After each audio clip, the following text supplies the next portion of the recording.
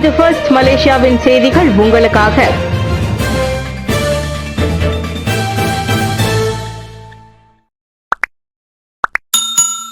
போதைப்பொருள் ஆய்வகங்களை கண்டறிய போலீசின் புதிய உத்தி. ஒரு பகுதியில் போதைப்பொருள் ஆய்வகங்கள் இருப்பதை கண்டறிய கழிவுநீர் அமைப்புகளில் போதைப்பொருள் எச்ச பகுப்பாய்வை அரசு மலேசிய போலீஸ் படை தற்போது பயன்படுத்துகிறது. இந்த அணுகுமுறை நாட்டில் பயன்படுத்தப்படும் புதிய வகை போதைப் பொருளை கண்டறியும் திறன் கொண்டுள்ளதோடு அது உள்நாட்டில் உள்ளதா அல்லது வெளிநாட்டிலிருந்து கொண்டு வரப்பட்டதா என்பதையும் அடையாளம் காணும் என்று தேசிய போலீஸ் படை துணைத் தலைவர் டாக்டர் ஸ்ரீ அயப்கான் மைடின் பிச்சை தெரிவித்தார். இது ஆரம்ப கட்டம் மட்டுமே. ஏனென்றால் நாம் ஒரு குடியிருப்பு பகுதியை அடையாளம் காணும் போது அதை கண்காணிக்க நாம் உளவு தகவல்களை பெற வேண்டும். இது நமக்கு நிறைய உதவும். இதற்கு முன்னர் இந்த அணுகுமுறை நம்மிடம் இல்லை என்பதால் நாம் எங்கு குறிவைப்பது என்று தெரியாது. உதாரணமாக குடியிருப்பு பகுதியில் இந்த கழிவுப் பொருட்கள் இருந்தால் இந்த தகவலை கொண்டு நாங்கள் சோதனை செய்வோம் என்றார் அவர். நேற்று பாங்கி மலேசிய தேசிய பல்கலைக்கழகத்தில் நடைபெற்ற டிம்ஸ் டிஓஎஃப் உபகரணத்தின் சிறப்பு விழாவிற்கு பின்னர் செய்தியாளர்களிடம் பேசிய அயப்கான் அத்தகவல்களை கூறினார். வடமண்டலத்திற்கான சேவையை KTM கம்யூட்டர் அதிகரிக்கும். 12 புதிய மின்சார ரயில் பெட்டிகளை அதிகரிப்பதற்காக போக்குவரத்து அமைச்சர் திங்கட்கிழமை அறிவித்திருந்தது. அதனைத் தொடர்ந்து கேரதாபி தானா மெலாயோ நிறுவனம் KTMB வடக்கு மண்டலத்திற்கான KTM கம்யூட்டர் சேவையை அதிகரிக்கும். 12 புதிய மின்சார ரயில் பெட்டிகளை அதிகரிப்பதால் தற்போதுள்ள பயணிகளின் எண்ணிக்கையில் இருந்து பயணிகளின் கொள்ளளவை அதிகரிக்க முடியும் என்று KTMB தலைமை செயல்பாட்டு அதிகாரி முகமது செயின் மார்தாகா தெரிவித்தார். உண்மையில் வடக்கில் உள்ள தமது பயணிகளுக்கு அவ்வப்போது சேவையை வழங்குவதற்கு அங்குள்ள அரசாங்கம் சேவையை மேம்படுத்த வேண்டிய அவசியம் KTMBக்கு உள்ளது. எனவே புதிய பெட்டிகளின் வழி மொத்த கொள்ளளவை அதிகரிக்க முடியும். வடக்கில் உள்ள ரயில்களின் எண்ணிக்கையை அதிகரிக்க முடியும், குறிப்பாக கணினிமய ரயில்களுக்கு என்றார் அவர்.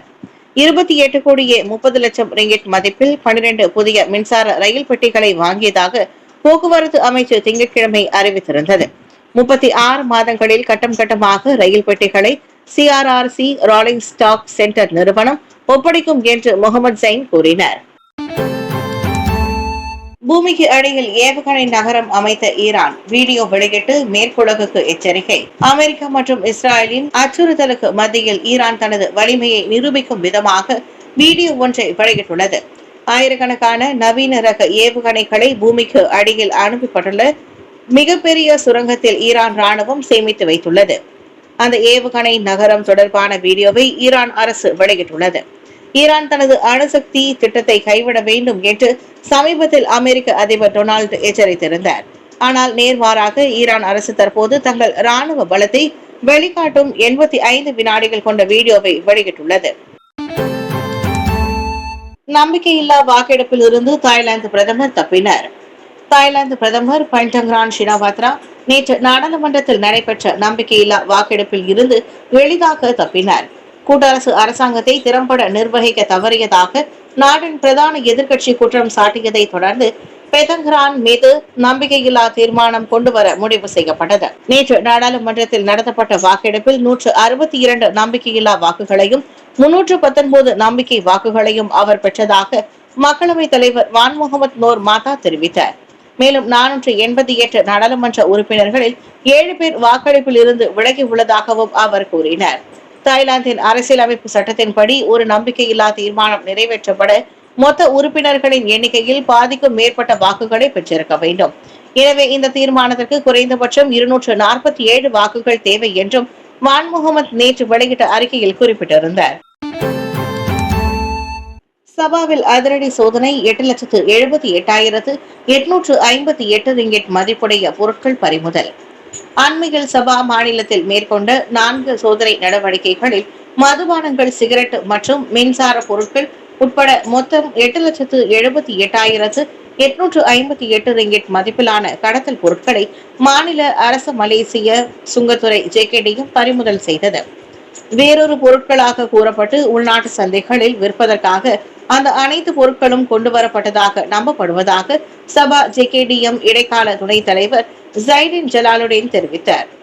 முதல் வழக்கில் 1,59,338 ரிங்கிட் மதிப்புடைய மதுபானங்கள் மற்றும் அவற்றின் மொத்த வரி மதிப்பாக 6,45,705 ரிங்கெட் என மொத்தமாக அதன் மதிப்பீடு 8,09,028 ரிங்கெட் ஆகும் என்றார் அவர்.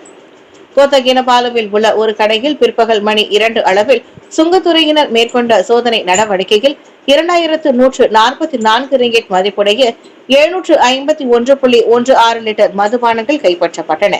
அதன் வரி தொகை 6,723 ரிங்கெட் ஆகும். கூச்சிங்கில் 1 கோடி ரிங்கெட்டுக்கும் மேலான கடத்தல் சிகரெட்டுகள் பறிமுதல். கடந்த பிப்ரவரி 12ஆம் தேதி கூச்சிங் ஜாலான் செமாபாவில் உள்ள கடை ஒன்றில் சரவாக் மாநில அரசு மலேசிய சுங்கத்துறை JKDM மேற்கொண்ட அதிரடி சோதனையில் 1,26,40,000 ரிங்கெட் மதிப்பிலான பல்வேறு முத்திரைகள் கொண்ட கடத்தல் சிகரெட்டுகள் பறிமுதல் செய்யப்பட்டன.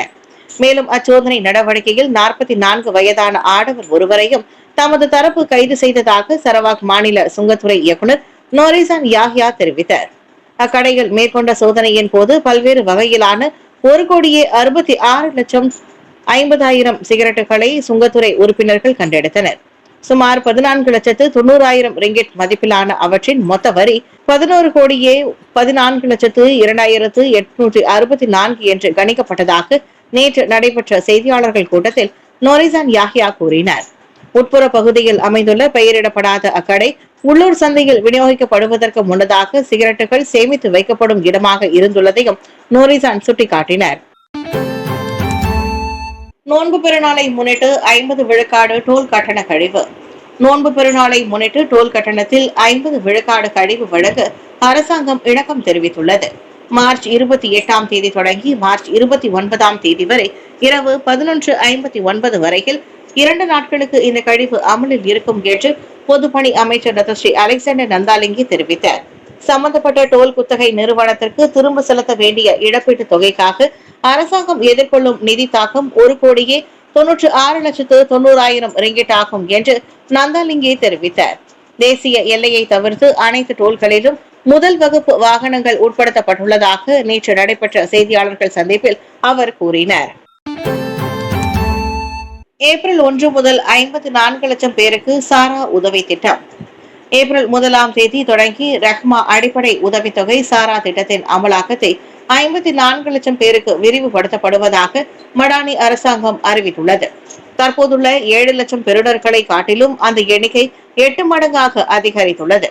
இத்திட்டத்தின் கீழ் தகுதி பெற்றவர்களுக்கு கடந்த ஆண்டு 1000 ரிங்கெட் வழங்கப்பட்டு வந்த வேளையில் இவ்வாண்டு அது 75 விழுக்காடு அதிகரித்து 2000 ரிங்கெட் வரை உயர்வு கண்டுள்ளதாக நிதி அமைச்சு நேற்று வெளியிட்ட ஒரு அறிக்கையில் தெரிவித்தது. நாட்டின் அதிகரித்த வருமானம் மற்றும் உதவித்தொகை சேமிப்பின் ஒரு பகுதியை தேவைப்படுபவர்களுக்கு உதவ பயன்படுத்தும் இலக்கிடப்பட்ட உதவித்தொகையே இந்த அரசு சாரா திட்டம் என்று பிரதமரும் நிதி அமைச்சருமான டத்தஸ்ரீ அன்வார் இப்ராஹிம் கூறியிருந்தார். மைகார்டு அடையாள அட்டையை உட்படுத்தி வழங்கப்படும் இத்தொகையை கொண்டு இலக்கிடப்பட்ட குழுவினர் அடிப்படை பொருட்களை வாங்கி பயன்பெறலாம். ரஹ்மா ரொக்க உதவி திட்டம், STR மற்றும் சாரா திட்டங்களின் விரிவாக்கத்திற்காக இவ்வாண்டு ஒதுக்கப்பட்ட 1,300 கோடி ரிங்கெட்டில் இது ஒரு பகுதியாகும் என்று அவர் விவரித்தார். நோன்பு பெருநாள் முதல் தினத்தில் கூடுதலாக 5GB இணைய சேவை. தொலைத்தொடர்பு சேவைகளை பயன்படுத்தும் மலேசியர் அனைவருக்கும் நோன்பு பெருநாள் முதல் நாளில் ரஹ்மா தள்ளுபடி சலுகைகளை வழங்கவிருப்பதாக தொடர்பு அமைச்சின் வாயிலாக மடானி அரசாங்கம் அறிவித்திருக்கிறது. ரஹ்மா தள்ளுபடி சலுகை முன்பணம் செலுத்தும் பயனர் மற்றும் சேவைக்கு பிந்தைய கட்டணம் செலுத்தும் அனைத்து மலேசியர்களுக்கும் கூடுதலாக 5GB இணைய சேவை வழங்கப்படுவதாக தொடர்பு அமைச்சரும் மடானி அரசாங்கத்தின் பேச்சாளருமான டத்தோ ஃபாமி ஃபாட்ஸில் தெரிவித்தார். தொலைத்தொடர்பு சேவை வழங்குனர் நிறுவனத்தின் சில நிபந்தனை மற்றும் விதிமுறைகளுக்கு உட்பட்டு வழங்கப்படும் அந்த கூடுதல் இணைய சேவை குறைந்தபட்சம் 24 மணி நேரத்திற்கு செல்லுபடியாகும் என்றும் ஃபாமி கூறினார். ஊக்கத்தொகையை நடைமுறைப்படுத்துவதற்கான செலவு குறித்து பேசிய ஃபாமி, தொடர்பு அமைச்சுடன் முதல் முறையாக இணைந்து மேற்கொள்ளப்படவிருக்கும் இத்திட்டத்திற்கான செலவை சம்பந்தப்பட்ட அனைத்து தொலைத்தொடர்பு சேவை வழங்குநர்களும் முழுமையாக ஏற்றுக்கொண்டதாக கூறினார்.